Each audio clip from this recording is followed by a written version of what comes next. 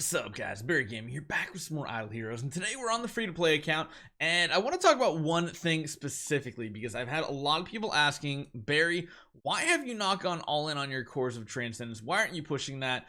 Well, one of the reasons is next week's events, we do have a Heroic Miracle. It will make doing that very, very easily.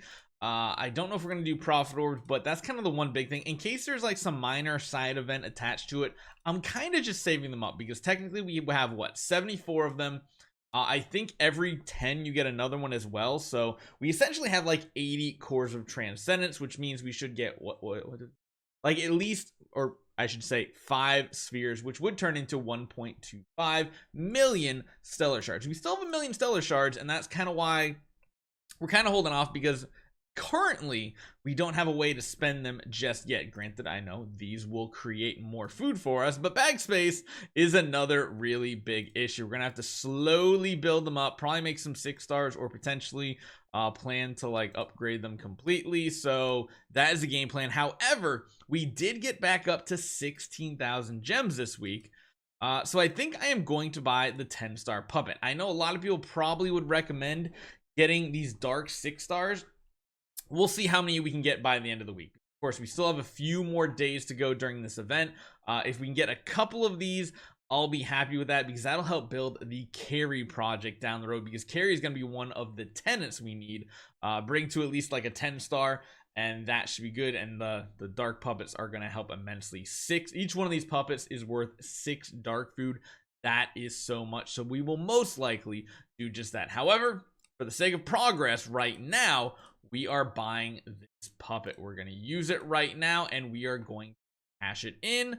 As far as this goes, this is going to upgrade all of her passives to higher stats. This also means we can completely finish this area of the upgrades as well, and we can basically be at the point of going towards V3, because again, now we're going to need another 10-star, which those Cores of Transcendence should help with.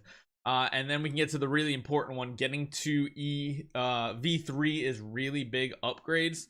But again, we have another 1.25, so that should be enough, I think, to get here. And then I think the remaining 3 million stellars, like right here almost, like 2.7, something like that. But getting to V3 quickly is going to be very important. And honestly, we're even going to be able to upgrade her gear very soon as well. Still not the happiest with the stone. I really want like a block attack stone. We'll stick with attack for now. She has a decent amount of defenses here. I've been trying every single day to get further here. Now that we have higher stats, it might help us out. And the big event for today. All right, we got to change some stuff around. We got to tool some stuff up. We need attribute reduction purify. I think that all looks good. So what we are going to do is show off why Eloise is a good hero to build as your first D5, coming across the Mim waves as well. So you're literally going to put her in the back line here. Now, of course, we might not be able to do it just yet, depending on the overall power of our account. But typically, if you put attribute reduction purify on, you should be able to get rid of the attack debuff that they're basically putting on her. And honestly, even if she doesn't get actives, it's fine, because counterattacks are the most important part, aka blocking. Her damage seems just fine. And now, yeah, we purified the wrong one, so we're going to take some damage. We need to purify that attack debuff you see over her head. When we don't have that at our disposal, we need to have some really good healing here. Oh gosh, they're going to start dying, and this is going to be brutal. You really want to try to have them all die at the same exact time. If they stagger too much at the end, their deaths will, of course, proc more damage. If you kill them all together, the on-death proc will not happen. So it's very important to just RNG the heck out of this battle and trying to hope that you're hitting like targets over here that are not super low. Either that, or you really stagger the kills on them so you have time to heal back up. Again, this could be really sketchy here, but again, we are healing right there. Perfect example. You kill the last 3 together, and then their on death damage just doesn't happen, and that is absolutely huge. And that's why Eloise is one of the best counters to the Mim waves in tower. Now we'll continue on our path, smashing away on this. Let's see how far we can take it into the tower. We might actually make it to the next wave. Ooh, Valkyries are kind of difficult sometimes too, but I think we might make it all the way to the next Mim wave, to be honest.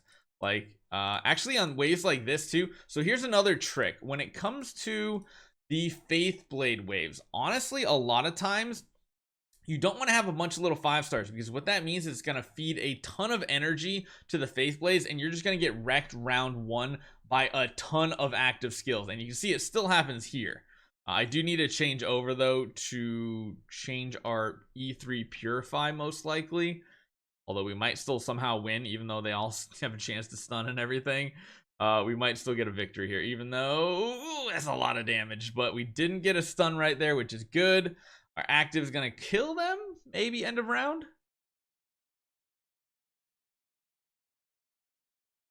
Looks good. And then we're just going to go crazy one more time. Honestly, we could probably just leave her in, and she'll be able to beat most of these waves. Well, I guess we might want to put some extras in.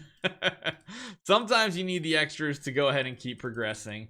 Other times it's detrimental to your team. And that's actually another one too. This can be bad too, having all these other heroes. There's also some crowd control in here. So yeah, we do need to change back to control Purify to keep pushing. But taking out all these other heroes might be better, because you don't want to proc a ton of counterattacks from the King Barton. That could be really bad. Hopefully we just block a lot of attacks here and we keep healing, because we are going to have to deal with poison stacks. Oh my gosh, we already procced as well. We knew, no, that's not good, that's not good. Oh man, so we'll keep pushing, and then we will very soon, I think, actually not very soon at all, I think at 607 is where we come across the next Mim wave. But as is, she is absolutely amazing. I do really like running her with Resilience, so we'll keep her that way. Even if we're coming against CC waves, it's usually the better play here. Next Aspen Dungeon is just a smash and grab. We aren't going to be progressing there at all. Seal Land, we should be able to get more progress tomorrow. That should not be an issue at all. And then the other thing is we have Void Vortex. I've been trying to push some of these without much luck just yet. We're in Forerunner Area 3, which isn't too bad. It's just the waves we're going up against are kind of annoying. We do need the protection basically in these early times to make this hero work. I'll show you guys what we're working with right now, and hopefully some of the whales on our server actually push even further into fire. That way we can get more gems and get some dark 6-star puppets this week, because again, they're not going to really do much for us right now, but in the long run, that is going to be one of the hardest things, is getting the dark food to build the carry up to at least 9-star, and then eventually 10-star to be a tenant. Actually, this is working out kind of good this time. Although the Tix Ghost is on the Garuda, which is really important. Getting actives is not important. Problem is then also killing them at the same time. Somehow that Isla Mach is alive. Oh, we didn't die to that either, which is really nice. I feel like next round the carry comes back, but hey, look at that. We actually got the clear. I'm happy about that. We got some heroic scrolls too.